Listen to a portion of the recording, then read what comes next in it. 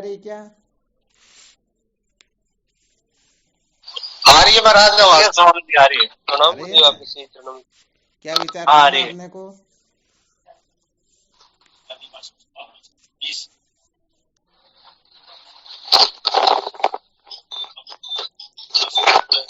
विषय पर अपने आज को तो चर्चा आपके करनी? अनुसार ही स्वामी जी, जो हाँ, फिर नए भी साल में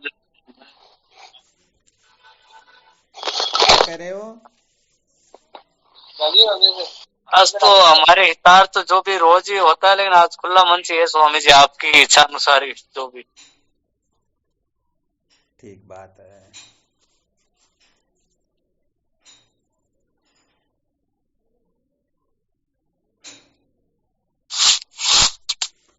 वैसे देखा जाए तो ये अपन जो कथन करते हैं ना नववर्ष आदि की, जी गुरुदेव।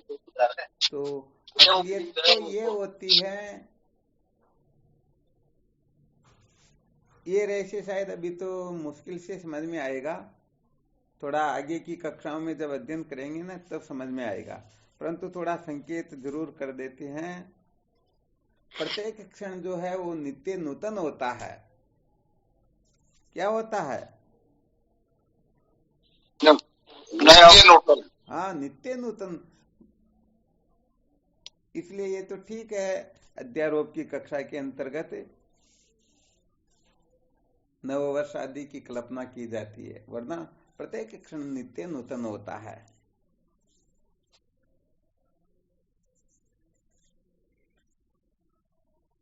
वैसे ये अपने को संकेत देने के लिए आते हैं कि वर्तमान में अपने को क्या करना है।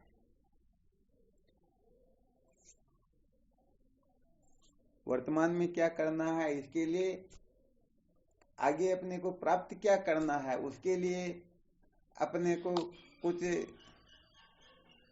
निष्ठा बना करके, निश्चय करके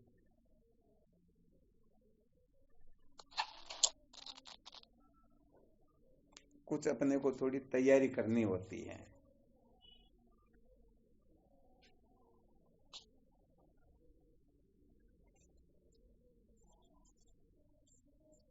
अच्छा, नववर्ष से तात्पर्य होता है नया साल, यही होगा ना शायद? जी महाराज। तो ये पुराना जो होता है ना, उस पुराने को भूल करके लोग नए के चक्कर में पड़ जाते हैं, बस नए के अनुसार ही अपने आप को बना लेते हैं।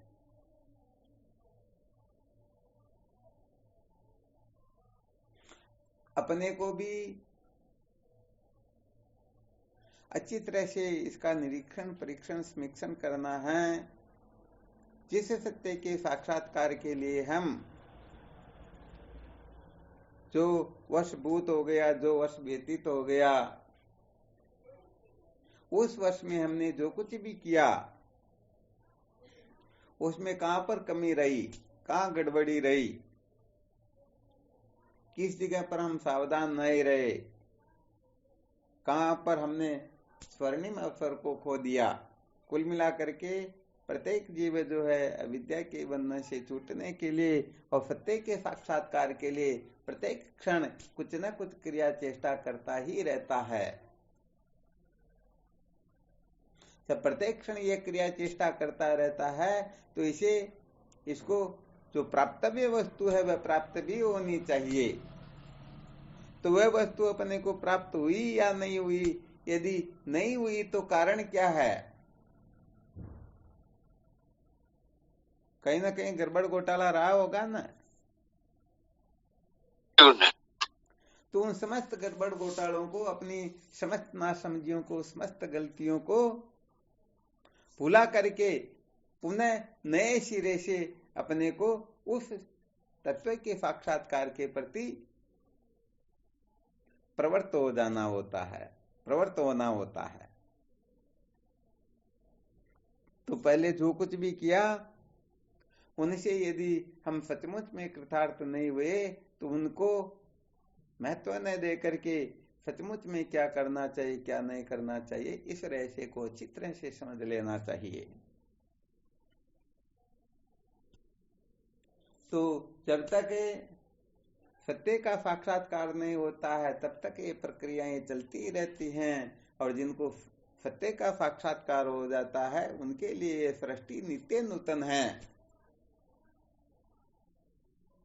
उनके लिए फिर कहने का मतलब हंसने में ही आनंद नहीं है, रोने में भी आनंद है।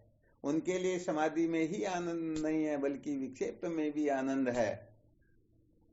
समझ में आ रहा ना? हाँ, परंतु ये थोड़ी कक्षा थोड़ी विलक्षणता की है, और ये तो सचमुच में जिनको ठीक ठीक यथार्थ बोध होता है वही इस कक्षा के रहस्य को हृदयंगम कर सकते हैं। तो शास्त्रों के सिद्धांत जो है प्रत्येक व्यक्तियों की योग्यता के अनुसार, किसी के लिए इस सृष्टि को अनित्य बताया जाता है, किसी के लिए ऐसार बताया जाता है, किसी के लिए झूठा बताया जाता है, किसी के लिए मिथ्या बताया जाता है, किसी के लिए असत्य बताया जाता है, और किसी के लिए सृष्टि नित्य नूतन है। आराम समझ में थोड़ा बहुत? जी गुरुदेव। तो अपने को कुल मिला करके अपनी योग्यता को अच्छी तरह से परख लेना चाहिए, और अपना जो लक्ष्य है वह कमजोर नहीं होना चाहिए। प्रत्येक साधक का लक्ष्य केवल और केवल मात्र परमार्थ होना चाहिए। मुझे सत्य का साक्षात्कार करना है। ये सारा का सारा प्रपंच अज्ञान से अविद्या से ही प्रतीत होता है। तो जब तक इस अविद्या की मूल सहित निवृत्ति नहीं हो जाती है तब तक हम कृतार्थ नहीं हो सकते हैं। तो अपने जीवन का लक्ष्य सत्य का साक्षात्कार बना करके फिर सत्य का साक्षात्कार कैसे होता है इस रहस्य को अच्छी तरह से समझ लेना चाहिए। जैसे दीपक कैसे जलता है,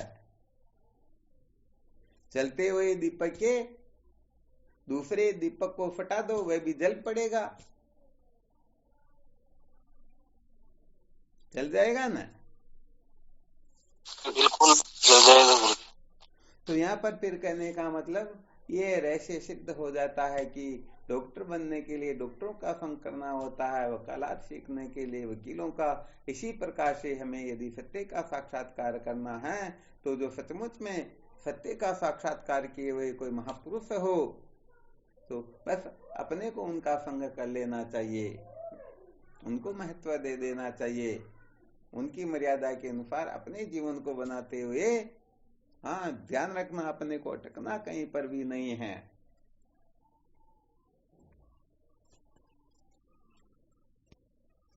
तो कुल मिलाकर के साधनों का जब हम सम्यक प्रकार से रहस्य नहीं समझ पाते हैं तो पता नहीं हम क्या कर बैठते हैं। हो सकता है उनके करने से हमारा पतन होता हो अथवा उसके नहीं करने से हमारा उत्थान होता हो।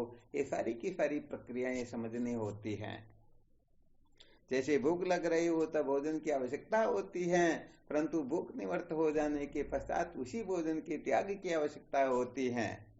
भूख लग रही हो तब हम त्याग कर दे, और जब भूख निवृत्त हो गई हो तब हम ग्रहण करें, उल्टा हो जाता ना? बिल्कुल हो जाता है। तो अपने को अच्छी तरह से इस रहस्य को समझना है कि सचमुच में हम किस जगह पर है, हमारे लिए ग्रहण की आवश्यकता है अथवा त्याग की आवश्यकता है। यदि ग्रहण की आवश्यकता है तो ग्रहण करो, और त्याग की आवश्यकता है तो त्याग करो। ग्रहण के समय त्याग करेंगे, त्याग के समय ग्रहण करेंगे, बढ़ाकर बड़ घोटाला हो जाएगा, उत्थान होगा नहीं बल्कि एक प्रकार से पतन ही हो जाएगा।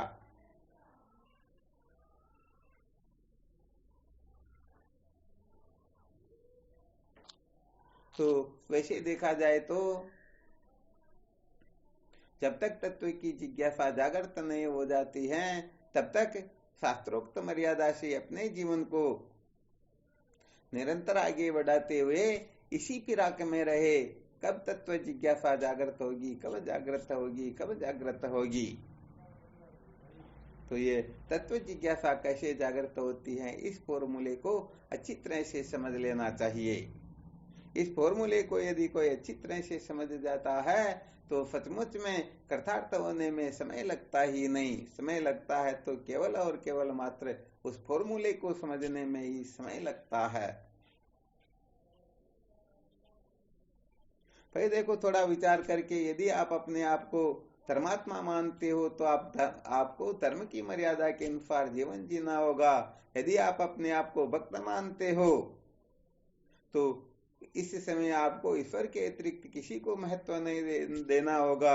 यदि आप अपने आप को योगी मानते हो तो समस्त वृत्तियों का वध करना होगा। होगा या नहीं होगा?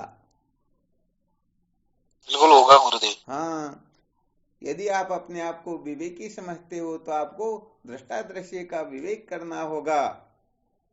तो यहाँ पर कहने का मतलब यह है कि कोई वासना का वर्गीकरण कर देते हैं, कोई वासना को एकोन्मुख कर देते हैं, कोई वासना को मिटा देते हैं, परंतु मूल सहित विद्या की निवृत्ति इनसे भी होती नहीं है। तो बात यहाँ पर यह समझनी है कि मूल सहित विद्या की इनसे निवृत्ति नहीं होती, इसलिए हम इनका त्याग कर देते हैं, बड़ा गड़बड़ घोटाला हो जाएगा। क्योंकि यदि इस जगह से हो करके नहीं निकले तो शायद आगे जाकर के संशय हो सकता, नहीं वहां पर हो सकता हो मजा हो, आनंद हो, सुख हो, हम वहां से ऐसे ही चले आए, चल करके फिर देखते हैं कि मजा है या नहीं, तो फिर भटकना होगा या नहीं होगा? बिल्कुल होगा भटकना। हाँ, इसलिए यदि आप अपनी वासनाओं का वर्गीकरण करना चाहते हो, अर्थात जिनसे पाप होता हो उन वासनाओं का त्याग करके जिनसे पुण्य होता हो उन वासनाओं को रखना चाहते हो, तो आपको धर्म की कक्षा का विशेष रूप से अध्ययन करना होगा। उपासना की कक्षा के अंतर्गत ये वासनाएं एकोन्मुख हो जाती हैं। एकोन्मुख का मतलब जो ईश्वर शरणागत होता है, जो ईश्वर का भक्त होता है, वह ईश्वर के सिवाय किसी को चाहता ही नहीं। तो यहाँ पर पहले वासनाओं का वर्गीकरण करना होता है, फिर उस वासना को एक के प्रति लगाना होता है। एक के प्रति जब वासना पूर्ण रूप से स्थित हो जाती है तो बाकी सब अपने आप ही धराशायी हो जाते हैं। हाँ, सचमुच में ये रहस्य तो उनको पता है जिन्होंने इस प्रकार का निश्चय किया हुआ। हाँ, किया हो। तो कहने का मतलब यह है कि जब वासना एकोन्मुख होती है, एक के प्रति समर्पित हो जाते हैं, उन्हीं को महत्व दे देते हैं, तो सच्ची बात यह है कि दूसरे की जो चिंतन तारा वो अपने आप शांत हो जाती हैं, छूट जाती हैं। और जब ये छूटेगी तो क्या होगा?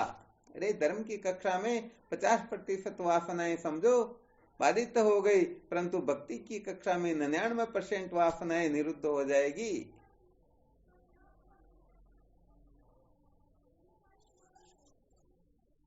तो यहाँ पर अपने को, अपन चाहे पाप हो या पुण्य हो, मेरे को क्या करना, मुझे तो मजे लेने हैं, मेरे सामने तो जो भी आ जाए, अरे उसी को हम खा लेंगे, पी लेंगे, देख लेंगे, मौज मस्ती कर लेंगे, मनोरंजन कर लेंगे, ऐसा वैसा कर लेंगे, इसी को पामरता कहते हैं। यही मूर्खता के लक्षण होते हैं। हाँ, ध्यान रखना अच्छी तरह से। कल जो संकेत किया था ना, अपने जीवन के अंतर्गत लक्ष्य बना करके फिर यदि इस ग्रस्त आश्रम में रहेगा, प्रपंच में उलझा रहेगा, तो निश्चित रूप से तत्व की जिज्ञासा जागृत हो जाएगी। और लक्ष्य न बना करके कल्प कल्पांतर तक रहो, सचमुच में धक्के खाने के सिवाय कुछ भी मिलता ही नहीं। तो यहाँ पर सबसे पहले अपने को अपनी ये दैनिक चर्या का थोड़ा सुधार करना होगा। कहाँ हम गड़बड़ घोटाला कर रहे हैं? अभी तो किसी ने ऐसा निश्चय या टाइम टेबल नहीं बनाया ना, रात को जो संकेत किया था उस दृष्टिकोण से। गुरुजी, मैं तो बनाई जो सुबह।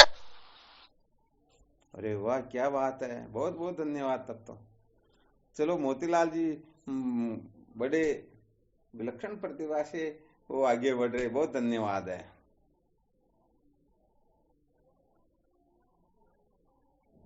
अच्छा, इसमें कितना टाइम रखा सत्संग के लिए? कि इतने समय तो हम साधन भजन सत्संग ही करेंगे, बाकी उसमें चाहे करोड़ का फायदा होता हो तो भी हम परवाह नहीं करेंगे।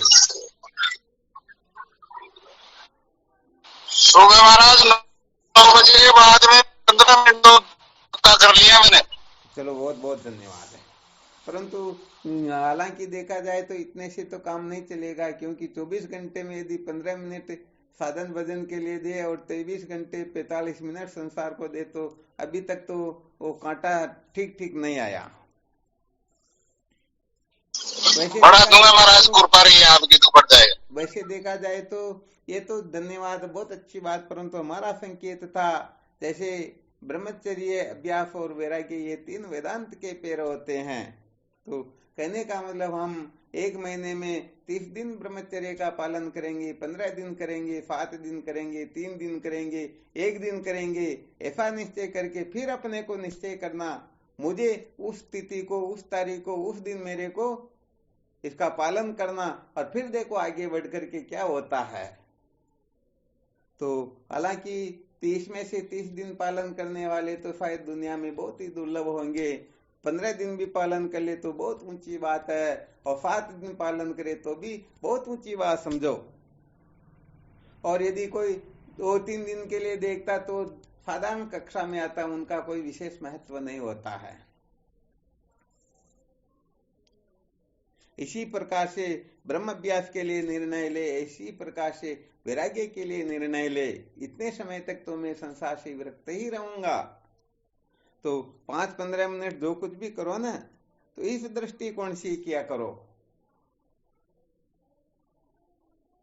फिर पता लगता है कि सचमुच में साधक जो है, हाँ, फिर ईमानदारी से चलना होता है। ऐसा थोड़े जो गुरुजी तो हमको देख नहीं रहे, हम तो कैसे भी अपना जीवन जिए।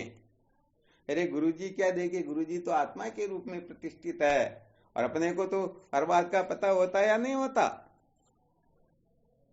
तो ये बातें तो ठीक है, बहुत अच्छी बात, परंतु ये संसार के भोग पदार्थों से हम सचमुच में कितना बच सकते हैं, इनसे हमको कितना वैराग्य है, सचमुच में हम इनका त्याग कर सकते हैं या नहीं कर सकते हैं, इनके बिना हम रह सकते हैं या नहीं रह सकते हैं। ऐसा कहने का मतलब थोड़ा कठोरतम सूत्र जो है ना, उसको पालन करे, तब पता लगे कि सचमुच में ये साधक सत्य का साक्षात्कार करना चाहता है।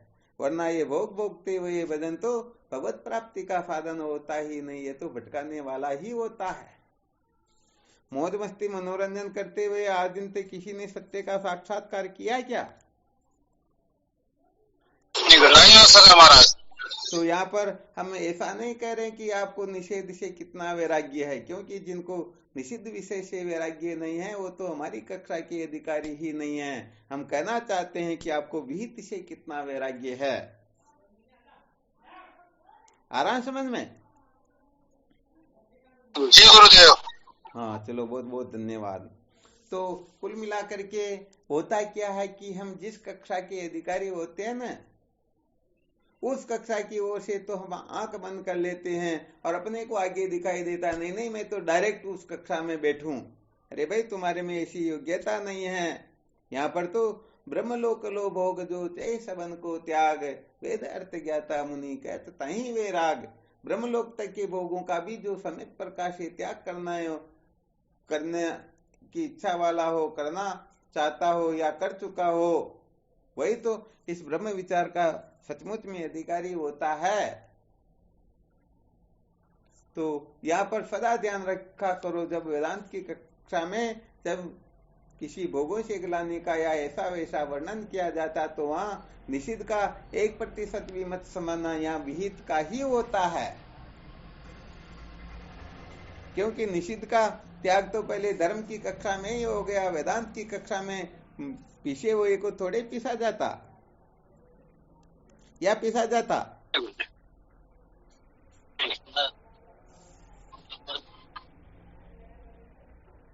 नहीं पीसा जाता ना, नहीं पीसा जाता है। हाँ, तो हाँ, यहाँ पर कहने का मतलब ऐसा मत समझना कि हम यदि इस कक्षा की साधना करें, यहाँ पर विचार मंथन आदि करें तो हम छोटे हो जाएंगे, ऐसी बात नहीं है। नियम को कंप्लीट किए बिना कोई छत नहीं डाल सकता है। तो आप छोटे नहीं होगे, बल्कि वहां की अक्ल होशियारी लगाओगे तो यहाँ से भी चले जाओगे, वहां से भी चले जाओगे। इसलिए सबसे पहले ये देहाध्यास सम्यक प्रकार से निकलना चाहिए। ये अनात्म पदार्थों में अहमता ममता, ये मैं मेरापना, पता नहीं हम किस किस के लिए पागल होते रहते हैं। तो ये सारा का सारा गड़बड़ घोटाला थोड़ा शांत होना चाहिए। और ये शांत होगा तभी तो हम ब्रह्म विचार करने के योग्य होंगे। हाँ, इसलिए कहने का मतलब यहाँ भोगों की ही चर्चा नहीं, बल्कि विहित कर्म कैसा भी क्यों न हो, उसको हम कितना महत्व देते हैं, उनके पीछे कितना पागल होते हैं, उनको करने के लिए हम रात दिन पागल हो रहे हैं या नहीं हो रहे हैं, ये सारी की सारी बातें ध्यान में रखने योग्य हैं।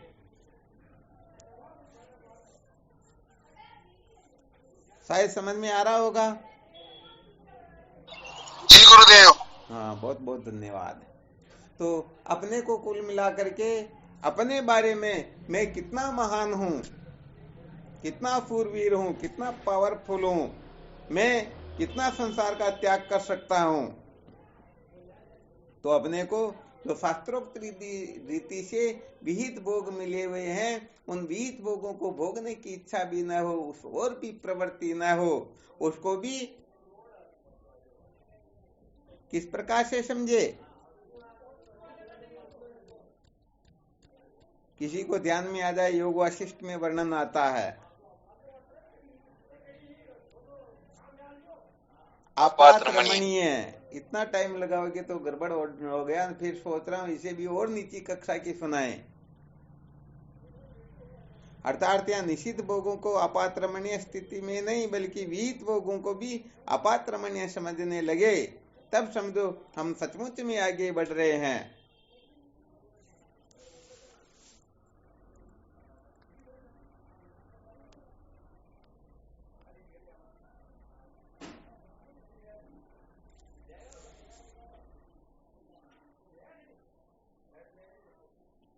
तो कुल मिलाकर के अपने बारे में सचमुच में मेरी अहमता ममता किस जगह पर बैठी हुई है, उस जगह से जब तक हम अपने को ऊपर नहीं उठाएंगे, तब तक आगे की कक्षा सचमुच में मिलने वाली है ही नहीं। मिल जाएगी क्या? नहीं मिलेगी महाराज। हाँ, बिल्कुल नहीं मिलेगी। इसलिए कभी कभी अपना भी प्रैक्टिकल करके देखना चाहिए कि सचमुच में हम कितने महान हैं, हम सचमुच में पागल है अथवा थोड़े बहुत साधक है या नहीं, जिज्ञासु है या नहीं, ज्ञानी है या नहीं। हाँ, इसका भी थोड़ा प्रैक्टिकल करके कभी कभी देख लेना चाहिए।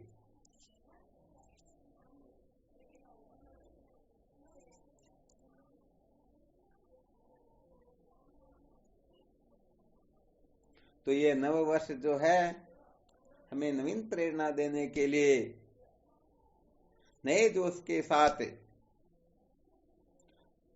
पहले जो गड़बड़ घोटाला रहा उनको निकाल करके फिर हमें विद्या के बंधन से छुटकारा प्राप्त करने के लिए क्या करना है, उस रहस्य को समझ करके उस और कूद पड़ना होता है। परिणाम की परवाह नहीं की जाती कि क्या होगा, संसार छूटेगा या भगवान मिलेंगे या नहीं मिलेंगे। अरे सचमुच में जीवन धन्य हो जाएगा। अरे संसार क्या छूटे, ये तो छूटा हुआ ही है। कहीं पर कोई रस्सी बंधी हुई है क्या एक दूसरे के साथ में?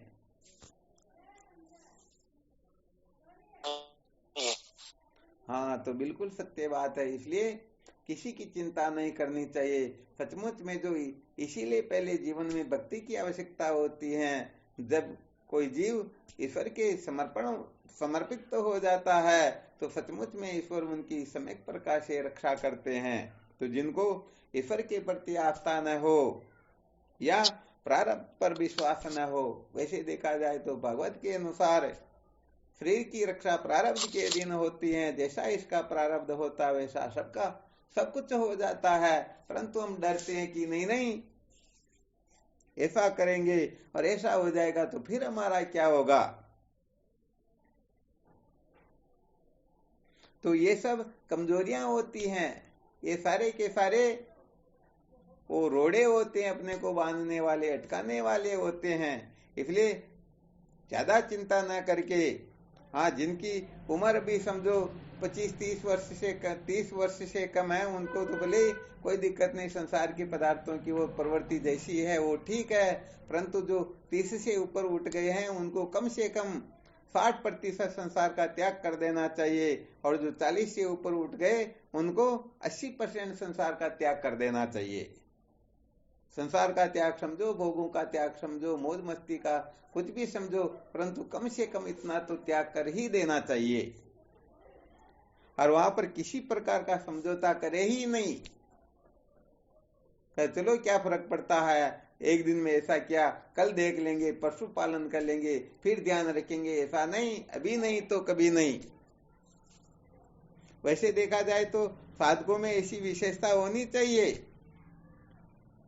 कि किस प्रकार की, हाँ, संसार के लोगों को पता रहना चाहिए। कोई कह दे रे भाई फलाना क्या कर रहा, अरे भाई इस समय तो उनका साधन भजन का टाइम है, इस समय तो गीता जी का पाठ कर रहा होगा, गुरु मंत्र का जप कर रहा होगा, अरे भाई इस समय वह बिजी है, किसी से चर्चा नहीं करता है, अभी तो वह किसी न किसी काम में लगा हुआ है। तो इस संसार के लोगों को भी पता चल जाए, ज्यादा डरने की आवश्यकता नहीं है, ताकि वो भी गड़बड़ घोटाला नहीं करेंगे। एक दो बार गलती होगी, उनसे देख लेंगे, भाई इस समय ये फोन नहीं उठाते हैं, चर्चा नहीं करते हैं, अपने को समय नहीं दे पाते हैं, इसलिए अपने को 9 बजे बाद ही इनसे मिलना है, फिर बाद में देख लेंगे। तो थोड़ा बहुत फूरवीरता हो तभी होता ना ऐसा तो। जी गुरुदेव, बिल्कुल। हाँ, इसलिए जी गुरुदेव। हाँ, तो अपने को सचमुच में ये सत्य बात तो यही, तुम अद्वितीय ब्रह्म हो, इसमें कोई कुछ इधर उधर कर सकता ही नहीं, यही ज्ञान है, यही समझ है, इसको धारण करके जीव सदा सदा के लिए कृतार्थ हो जाते हैं ना। जी महाराज। हाँ, तो फिर अपने को किस बात का डर।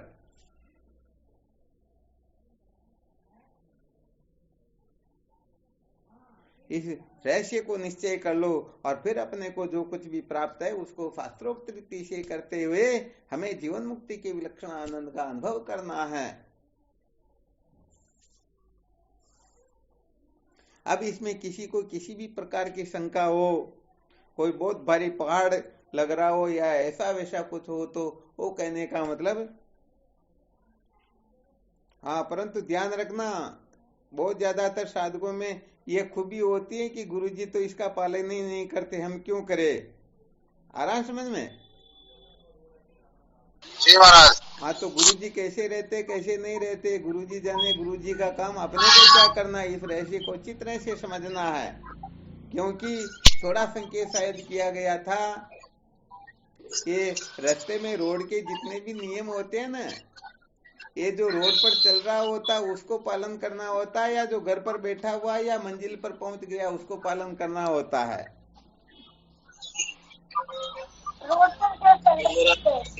हाँ, जो रोड पर चल रहा है उसी को करना होता है ना।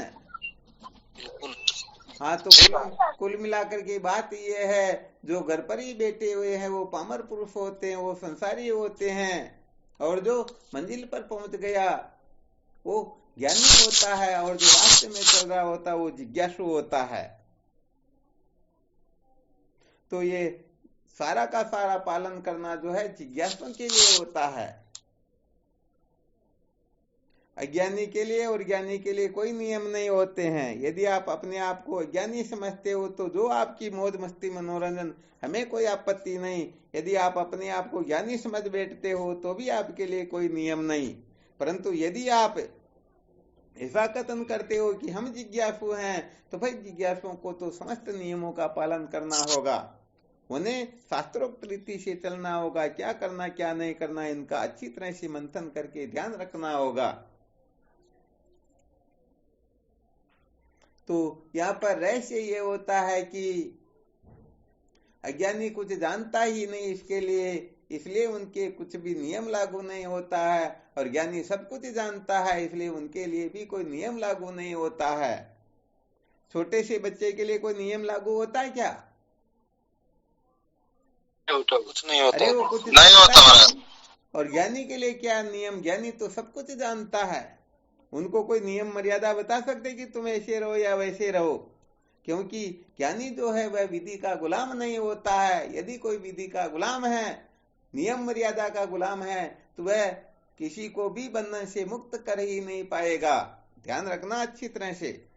ये बड़े विलक्षण सूत्र, परंतु बहुत आगे की कक्षाओं में जब आप पहुंचोगे तब ये रहस्य आपके हृदय में प्रकट होने लगेगा। अभी अपने आप को ज्ञानी मत समझ बैठना, नहीं तो बहुत बड़ा गड़बड़ घोटाला हो जाएगा।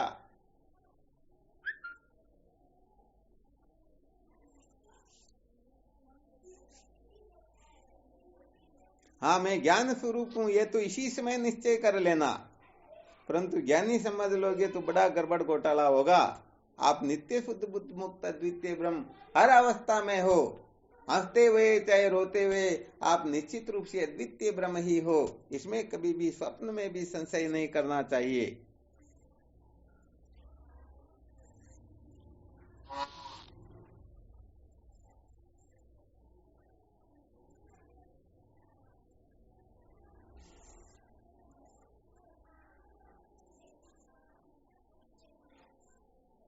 अच्छा कोई संशय हो तो देख लो। कोई संशय नहीं महाराज। हाँ तो बहुत बहुत धन्यवाद है। अपने को आप मुक्त समझते हो या क्या समझते हो, इसका निर्णय करके फिर अपने को थोड़ा आगे की कक्षाओं का चिंतन मनन करना है। अपने जीवन को बर्बाद नहीं करना है। जीवन जिस काम के लिए मिला हुआ है उस काम से अपने को पीछे नहीं हटना है। यदि उस समय कोई गड़बड़ घोटाला करने लगे तो अपने को फिर परवाह करने ही नहीं चाहिए। वैसे देखा जाए तो अपन यदि कमजोर रहेंगे तो संसार अपने को नचाएगा, और अपन कुटस्थ रहेंगे तो संसार की ताकत नहीं है वो अपने को नचा सके। नचा सकती है क्या संसार? नहीं नचा सकता महाराज। हाँ बिल्कुल नहीं नचा सकती है। तो ये तो क्या कि अब चलो सारा गड़बड़ घोटाला ऐसे ही हो रहा, अपन फोन वगैरह के ऊपर चर्चा कर लेते हैं, बातें चीतें हो जाती है, सुनना सुनाना हो जाता है। तो ये तो वैसे देखा जाए तो बहुत ही ज्यादा भटकाने वाला काम हो जाता है, क्योंकि हम समझते कि बस हम तो रोज सत्संग सुन रहे हैं, परंतु बात ये हो जाती है कि हम गड़बड़ घोटाला भी इसके साथ बहुत बड़ा कर लेते हैं। तो ये तो सचमुच में गुरुदेव के सानिध्य में बैठ करके जब ये जीव साधन भजन करता है और अपने जीवन को धन्य बढ़ाने की ओर प्रवृत्त होता, तब पता चलता है कि सचमुच में साधक किस प्रकार का है, किस कैटेगरी का, इसके लिए क्या चाहिए क्या नहीं चाहिए। वो तो पर्वता दूरता रम्या, पर्वत दूर से ही अच्छे लगते हैं, परंतु पास में जाने से पता लगता है यहाँ तो पत्थर ही पत्थर है। लगता या नहीं लगता? जी गुरुदेव। हाँ इसलिए फिर भी अपने को जो सुन रहे हैं उनका अच्छी तरह से पालन करना, अच्छी तरह से जीवन में क्रियान्वित करना है। अपने को सचमुच में वाटर प्रूफ घड़ी की तरह झंझट प्रूफ बनना है। और यदि झंझट प्रूफ बनना है तो निश्चित रूप से हमें अंतर्मुख होना होगा, बहिर्मुखता का त्याग करना होगा। अनादिकाल से इस मन के चक्कर में पड़े हुए हैं, इनके गुलाम बने हुए हैं, इनके पीछे पागल हो रहे हैं। इस पागलपने से ऊपर उठना होगा, वरना सच्ची बात है ये जीवन व्यर्थ चला जाएगा। सबको समझ में आ रहा ना? जी महाराज। अरे सबका, ये तो मोतीलाल जी से बोलते, बाकी तो कोई बोल ही नहीं रहे। तो मैं सोच रहा हूँ क्या बात है भाई, इनके समझ में नहीं आ रहा है या अभी बहुत बारी इनको पहाड़ ऊंचाया जा रहा था कि ये हमारे से ये नहीं होगा। समझ में आ रहा है गुरुदेव, सब बोल रहे हैं, सबके समझ में आ रहा है। आपका आशीर्वाद सबके ऊपर है तो सभी को समझ में आ रहा। हाँ परंतु ये सूत्र कहने का मतलब बड़े विलक्षण सूत्र है। इन सूत्रों का यदि सचमुच में आप पालन करोगे ना तो देखो जीवन कैसे दिव्य बनता है। धीरे धीरे ऐसी स्थिति हो जाएगी किसी की गुलामी की आवश्यकता नहीं रहेगी, और ये गुलामी ही बंधन होता है। यदि गुलामी की बेड़ियां छिन्न भिन्न हो जाए तो सचमुच में हम जीवन मुक्त हो जाते हैं।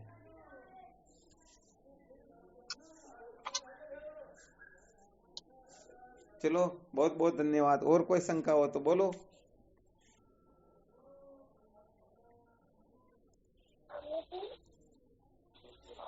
हाँ यहाँ पर एक दो आपको संकेत किए ना, तो सर्वत्र इसी संकेतों को समझना। ऐसा नहीं कि एक जगह पर ही अपने को इसी के लिए कहा तो हमको यही ध्यान रखना, बाकी नहीं रखना। जैसे किसी माँ ने बेटे को कह दिया, बेटे दही रखा हुआ तू ध्यान रखना कौओं से। अब बिल्ली आ गई, उसने सोचा माँ ने बिल्ली के लिए तो कुछ कहा ही नहीं, कुत्ते के लिए कुछ कहा ही नहीं, तो उनको खाने दे क्या? और यदि खाने नहीं, देता ऐसा है नहीं, तो माँ के रहस्य को समझा क्या हो? ऐसा नहीं होने देंगे गुरुदेव, हाँ, पूरा तो ऐसे विश्वास ही रखो। हाँ, कुल मिलाकर के एक तो 24 घंटे में निश्चय करो कि मुझे 2 घंटा, 3 घंटा, 4 घंटा, 1 घंटा, ये मुझे कहने का मतलब अपने कल्याण के लिए निकालना है, अथवा गुरुदेव के सानिध्य में ये समय निकालना है। रोज करते करते महीना, 2 महीना, 6 महीना में जब आपके पास पर्याप्त समय हो जाए तो या तो बुला भी सकते हो या फिर आ भी सकते हो, आप जैसा उचित समझते हो।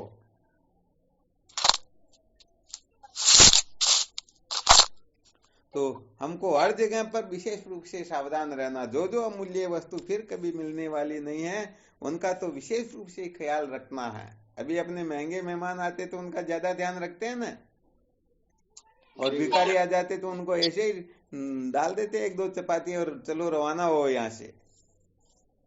तो ये बड़े विलक्षण जो सूत्र है इनका विशेष रूप से मंथन करना है, अच्छी तरह से अपने को हृदय में इनको धारण करना है। तो बस इस बात का अच्छी तरह से ध्यान रख लेना, ब्रह्मचर्य, अभ्यास, वैराग्य, यही वेदांत के 3 पैर है। इन 3 पैरों को आप जितना मजबूत करोगे उतना ही आपके जीवन में ये ब्रह्म विद्या जो है प्रतिष्ठित होगी, फलित होगी और आपको जीवन मुक्त बना करके सदा सदा के लिए कृतार्थ कर देगी। अब इनमें यदि किसी को कहीं संशय हो, कहीं संकट आ रहा हो, समस्या आ रही हो, उस समस्याओं के निवारण के लिए आपके लिए 24 घंटे तैयार है।